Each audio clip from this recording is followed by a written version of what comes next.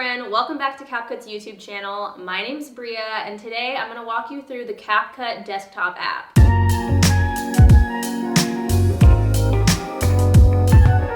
Now, if you're like me, perhaps you live under a rock, I didn't know that CapCut had a desktop app until a few months ago. Moderately embarrassing to admit, but here we are. I've been using it for a few months now, and I really love it. It's really easy to use, and it features all of those same cool features that the mobile app does, so 10 out of 10. But let's get into the tutorial and open up the app. So here we are in the free CapCut desktop app. You may notice some familiar buttons up here on the left, but we're gonna go through everything. Starting with the media button, this is obviously where you're gonna import your footage. You can also import your footage by just dragging it onto the timeline. It's up to you, whichever you prefer. I usually just drag it right in there. Going down the line here, you have the spaces section. This is where you can store, share, and edit projects from anywhere. So you could start on a project on the desktop app and then pick it up when you're on the go on your phone or tablet and finish editing your project. One of my favorite sections is the library. This is where you can pull green screen components, color mats, tons of stuff. And then you have the brand assets section, which just houses the CapCut logos. Okay, I think the best way to show you all of the features of the desktop app and how you can practically implement them in your content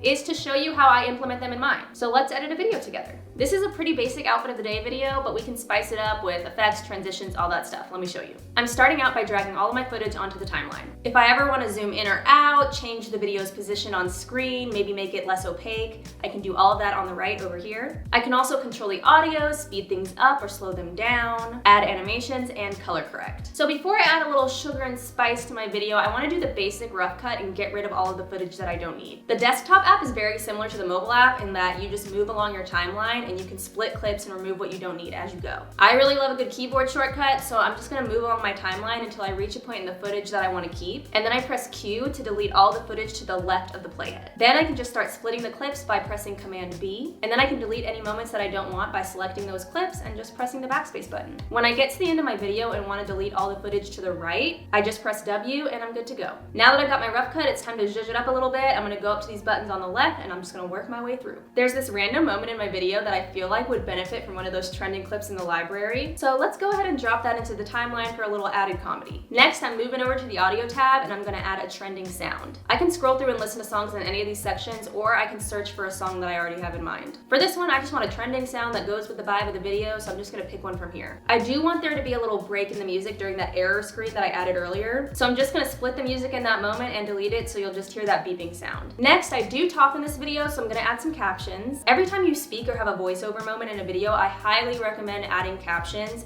It just makes sure that your video is accessible to as many people as possible. Thankfully, CapCut has auto captions, so I'm just gonna let it do its thing, and I'll just go in and add an outline to make sure that my captions are legible. When I add that outline to one caption, it adds it to the rest, so it saves me a lot of time. Thank you, CapCut. Moving on to the stickers section, there are a ton of really cute animations and drawings that you can add to your videos here. Some that I find pretty useful for product videos are in the emphasize section. Those little arrows can be helpful to point out your products. The interface section also has a lot of good animations to remind people to subscribe to your channel or to follow you. There's a lot to choose from. Moving on to the effects section, if you have a pretty simple basic video, this section is gonna be your best friend. Of course, there's the trending section with a lot of really cool and popular options. For this video in particular, I do a little skit at the end, and I think it'd be fun to add the camcorder effect, like I'm being filmed while I'm filming. So I'm gonna take camcorder 3 and drag it on down to my timeline during my little improv moment. The transitions section can be really helpful when editing as well, especially if you're doing an outfit video where you're doing a lot of different poses, or even a day in the life vlog where you wanna symbolize the passage of time. In this video, I did do a few different poses in my outfit, so I feel like adding transitions will look really good there. I really like spatial bounce too, so let's go ahead and add that. Under the filter section, as you would expect, there are a ton of filters to choose from. I feel like these are really cool for vlog style, kind of out in the wild videos. I really like the retro ones, specifically like the 90s pop. It just gives parts of your vlog that unique spin. And finally, on the adjustments tab, you can create your own adjustments, aka your own filter. So let's say I wanted to make my own filter and use it across all of my content. I could do it here and then add it to my brand kit. Okay, I'm happy with my video, and now all I gotta do is export. Those are the basics of the CapCut desktop app. So if you're just starting out, that's how you make your way around the CapCut desktop app. There's so much you can do, so many customizations, and a lot of times I really prefer editing on desktop. I don't know, I just feel like I can get a little bit more precise. But thank you so much for watching. Comment down below, let me know what your TikTok is so I can go check out your content, and let us know if you have any questions or want to see other specific tutorials. And we'll catch you in the next one. Go out there and make some content.